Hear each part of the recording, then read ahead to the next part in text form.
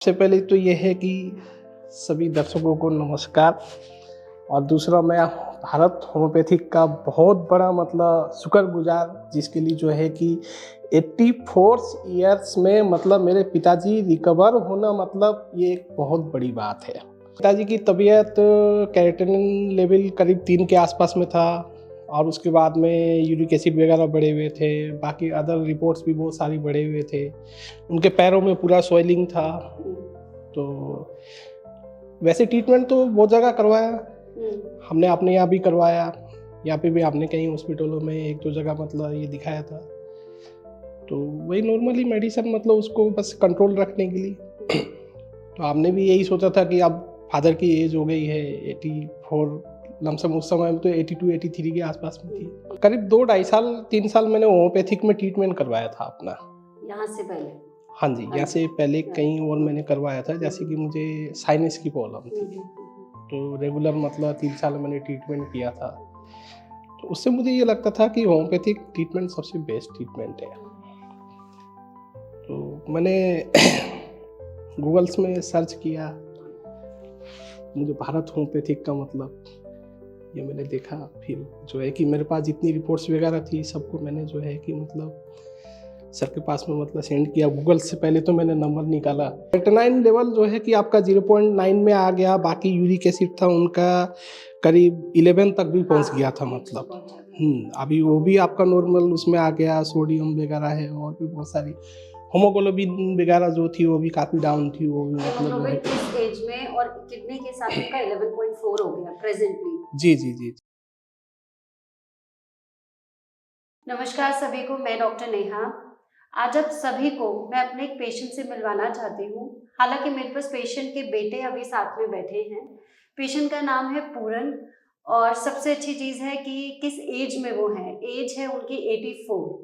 तो कैसे उन्होंने हमारे से ट्रीटमेंट शुरू किया, और जब ट्रीटमेंट शुरू किया तब उनके क्रिएटिनिन की वैल्यू 2.94 थी, लगभग 3।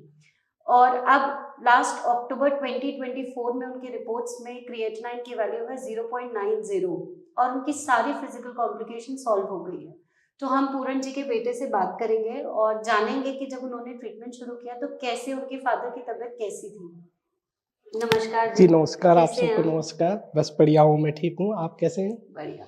हाँ आप जी। अपने पिताजी के बारे में बताइए कि जब आपने अगस्त में हमारे से ट्रीटमेंट शुरू किया था, पिछले साल अगस्त में, तो जी जी। कैसी थी आपके पिताजी की तबीयत? उस समय में पिताजी की तबीयत कैरेटिनिन लेवल करीब 3 के आसपास में था, और उसके बाद में यूरिक एसिड वगैरह बढ़े हुए थे, बाकी अदर रिपोर्ट्स भी बहुत सारी बढ़े हुए थे। उनके पैरों में पूरा स्वेलिंग था।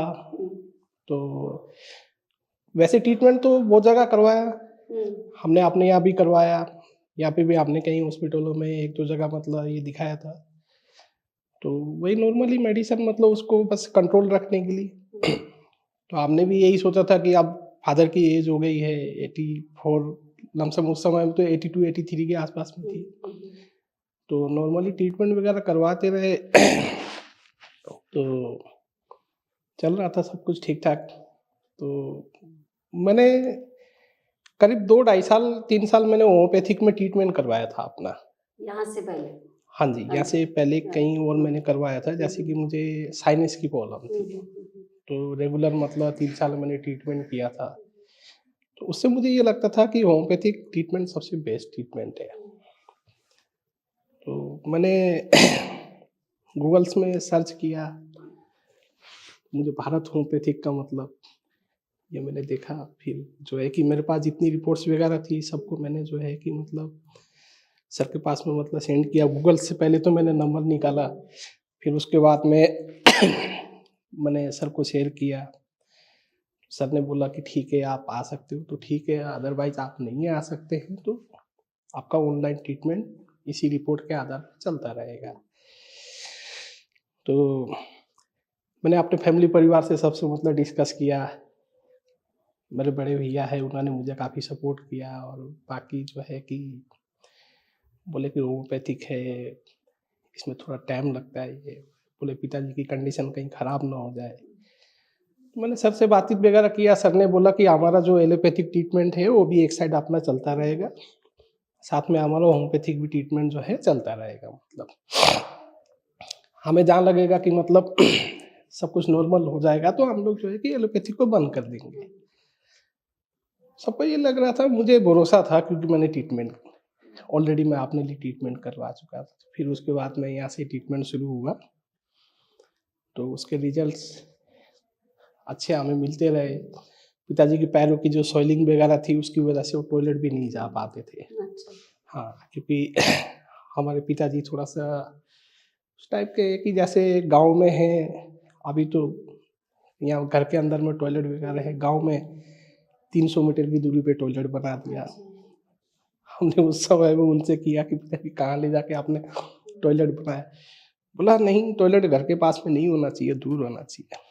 ठीक है, आज जब उनको खुद को तकलीफ हुई तो उनको खुद को एहसास हुआ कि यहाँ टॉयलेट बहुत दूर बना दी। तो उसके बाद में जो है कि यहाँ पे हमने बुलाया, नेपाल से बुलाया उनको।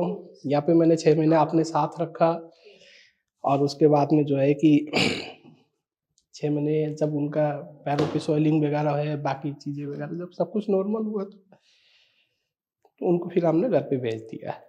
हमें इस चीज़ का भी डर था कि कहीं मतलब दूर चले जाए और ट्रीटमेंट मतलब उनको समय पे ना मिल पाए। तो उसके पिताजी बाद आपके पास नेपाल से यहाँ आए थे, उन्होंने दिखाया, आपने ट्रीटमेंट शुरू किया, वापस नेपाल भेज दिया पिताजी को?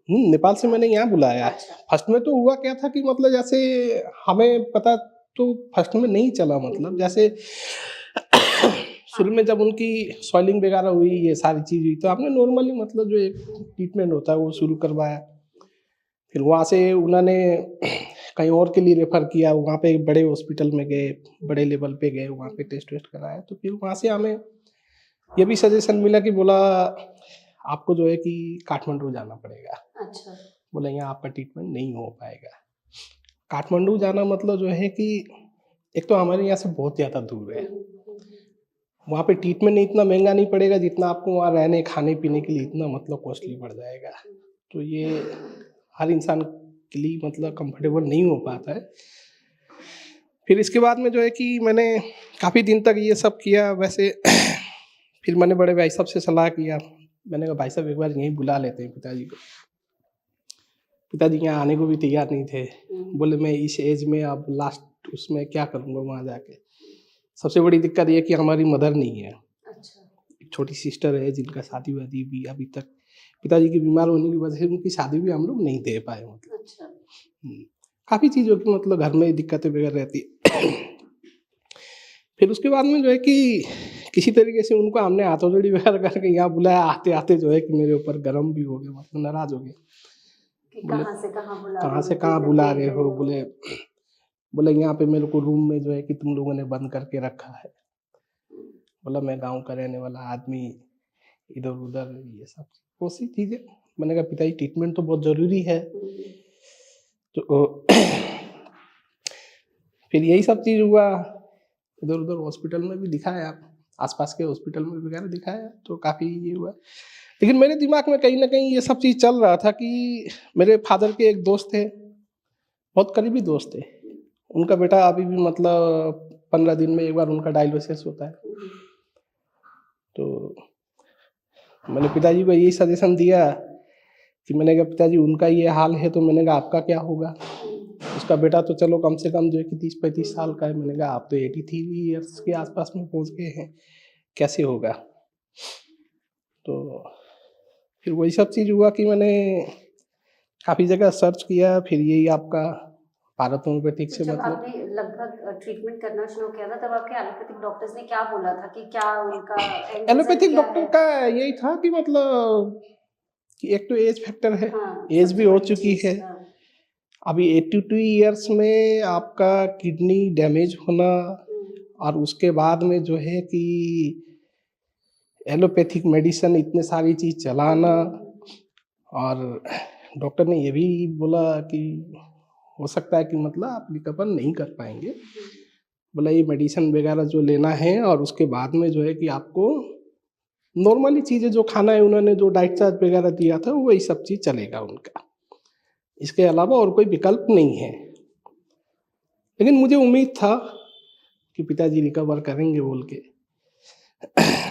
और और उसके आज बाद की जो में प्रेजेंट हमारी जो रिपोर्ट्स है, जैसे मैंने देखा अक्टूबर 2024 की जो रिपोर्ट्स है उनमें क्रिएटिनिन बिल्कुल नॉर्मल हो गया 0.97। क्रिएटिनिन लेवल जो है कि आपका 0.9 में आ गया।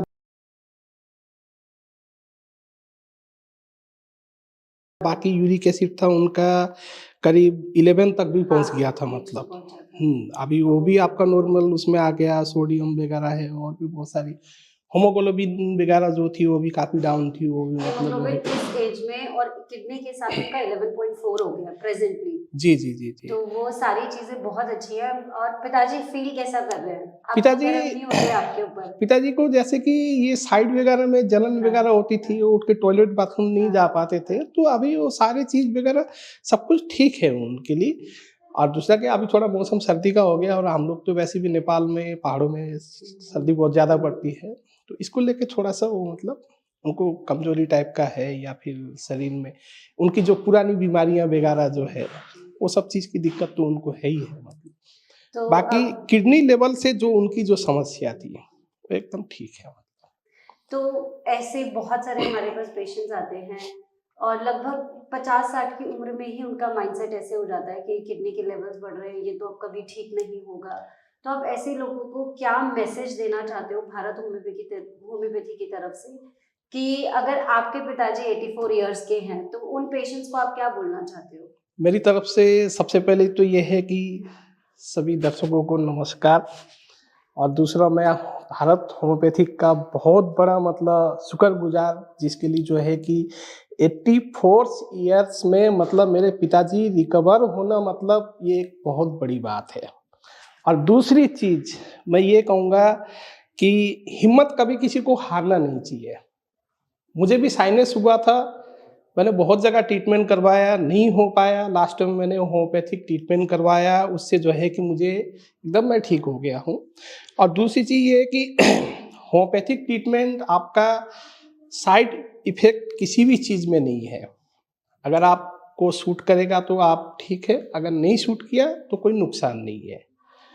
और दूसरा चीज़ मैं ये कहूँगा कि भारत होम्योपैथिक एक ऐसी ट्रीटमेंट है होम्योपैथिक की सबसे बेस्ट ट्रीटमेंट। मेरे फादर के अकॉर्डिंग देखा जाए तो मेरे और भी मतलब रिश्तेदारों का यहाँ पे ट्रीटमेंट चल रहा है। ऐसा नहीं है कि सिर्फ मेरे फादर का ही ट्रीटमेंट हुआ है यहाँ पे। अभी मेरा एक ब्रेन ट्यूमर का जो केस है उसके लिए भी मैंने यहाँ से ट्रीटमेंट शुरू करवाना है। अभी वो लोग आएंगे कुछ दिन में, आपका 8-10 दिन में घर से आएंगे, फिर मैं उनको यहाँ पे लेके आऊँगा। मैंने सर से ऑलरेडी बातचीत वगैरह कर रखा है। और दूसरी चीज़ ये है कि एक मेरे मिसेज की भाभी है जिनका भी ट्रीटमेंट जो है यहीं से ही चल रहा है। बहुत जगह मतलब उन्होंने वहाँ पे अपने कंट्री में बहुत जगह ट्रीटमेंट वगैरह कराया। उनका कोलेस्ट्रॉल वगैरह जो है कि काफ़ी चीज़ गड़बड़ हो रही थी, नहीं कंट्रोल में हो रहा था। बट यहाँ से अभी ये चौथा महीने का मेडिसिन जा चुका है, वो एकदम ठीक है। बहुत हाँ, अच्छी बात है। क्योंकि और एक और चीज़ मैं आपसे पूछना चाहती हूँ, जैसे हमारी टीम से हर हफ्ते कॉल आता है पेशेंट्स को ना, हम बातचीत करते रहते हैं पेशेंट से कि कैसा फील हो रहा है। तो आपको लगता है वो कॉल से आपको हेल्प मिला, ये कॉन्फिडेंस मिला?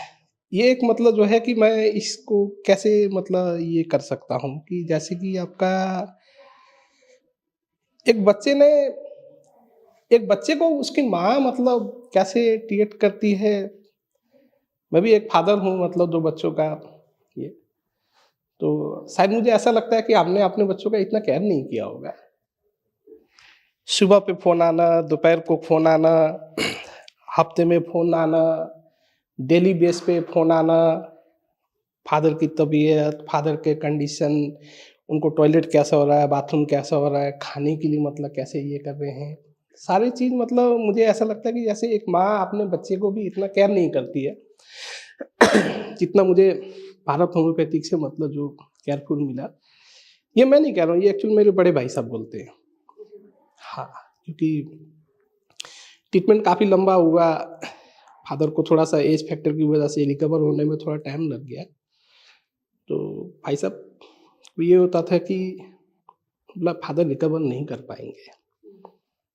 तो मैंने बोला भैया होम्योपैथिक है, थोड़ा टाइम तो लगेगा, लेकिन मुझे भरोसा है इस चीज़ पे।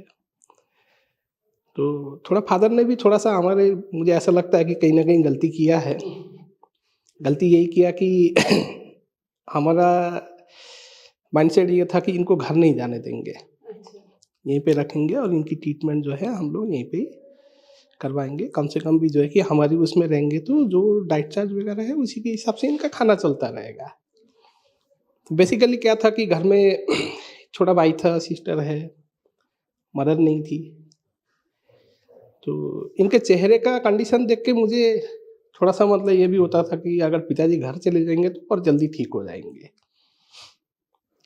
तो इसके अकॉर्डिंग क्या हमने इनको घर भेज दिया, मतलब भाई साहब लेके गए, छोड़ के आए। तो बाद में मुझे थोड़ा पता चला कि मतलब थोड़ा पिताजी ने खाने में भी लापरवाही कर दिया था। हुँ, तो फिर मैंने इसी बेस पे कई बार पिताजी को बोला, मैंने कहा पिताजी अगर आप ऐसे करोगे तो कैसे रिकवर हो पाओगे? रिकवर तो होगे, टाइम लगेगा। कोई चीज़ अगर रिपेयर होके जो है कि किडनी लेवल आपकी इतनी, क्रिएटिनिन लेवल इतनी बढ़ गई थी, किडनी आपके बिल्कुल डैमेज हो गए थे, वो ऑर्गन आपका धीरे-धीरे जो रिपेयर होके आ रहे हैं, डॉक्टर इतनी कोशिश कर रहे हैं। मैंने कहा 12-14 घंटे की ड्यूटी मैं करता हूँ, उसके बीच में जो है कि मैं समय निकाल के मतलब डॉक्टर साहब से बात करता हूँ। हर चीज़ के लिए मतलब इतनी सब चीज़ कर रहे हैं। मैंने कहा थोड़ा आपको, तो फादर को एक तो ये भी डर था, बोला मैं 83-84 ईयर्स का हो गया हूँ, मेरा एज हो गया, अगर मैं खाना नहीं खाऊँगा तो मेरा क्या होगा? मतलब उनको इस चीज़ का भी डर था, मतलब और डरना भी जायज़-सी बात थी, मतलब हमें भी इस चीज़ का ये था। तो तो पिताजी को ये लगता था कि बोला अगर मैं खाना नहीं खाऊँगा तो मैं तो चलूँगा क्या-क्या कैसे? डाइट में क्या-क्या फ़ॉलो कर रहे थे वो? क्या-क्या खाते डाइट थे? में तो इसमें नॉर्मली जैतून का तेल हाँ। वगैरह का ये दिया था। हमने वो प्रॉपर, बहुत कॉस्टली था वो। करीब आपका 1 लीटर अगर लेते थे तो कम से कम ₹1000 लीटर के आस-पास पड़ता था। लेकिन हमने क्या 5 लीटर एक साथ में ले लेते थे तो हमें थोड़ा-सा ये पड़ता था। जैतून का तेल वगैरह था और बाकी गोभी वगैरह था, बैंगन था, आलू वगैरह नहीं था, सूखे मसाले वगैरह थे, देसी घी वगैरह के लिए किया था। तो हमने जो डाइट चार्ट था उसी को फ़ॉलो किया। डाइट चार्ट के अकॉर्डिंग हमने उनको कभी ये नहीं दिया, बट उन्होंने कभी-कभी जो है बीच-बीच में कर बीच-बीच में मतलब नॉन-वेज वगैरह लिया है। नॉन-वेज में भी जैसे फिश वगैरह है, ये सब चीज़ भी क्या, बाकी रेड मीट वगैरह हमने उनको नहीं दिया, मतलब क्योंकि रेड मीट के लिए सर ने बिल्कुल ही हाँ, मतलब बिल्कुल। स्ट्रिक्टली ये कर रखा था। फिश के लिए मैंने कभी-कभी उनको ये कहा था कि मैंने कहा आप महीने में 1 आधा बार अगर लेना चाहो तो ले सकते हैं। तो और अभी फाइनली आप कैसा महसूस कर रहे हैं? आपके पापा पूरी तरह रिकवर हो गए हैं? हाँ, हम मैंने तो कभी उम्मीद नहीं किया था।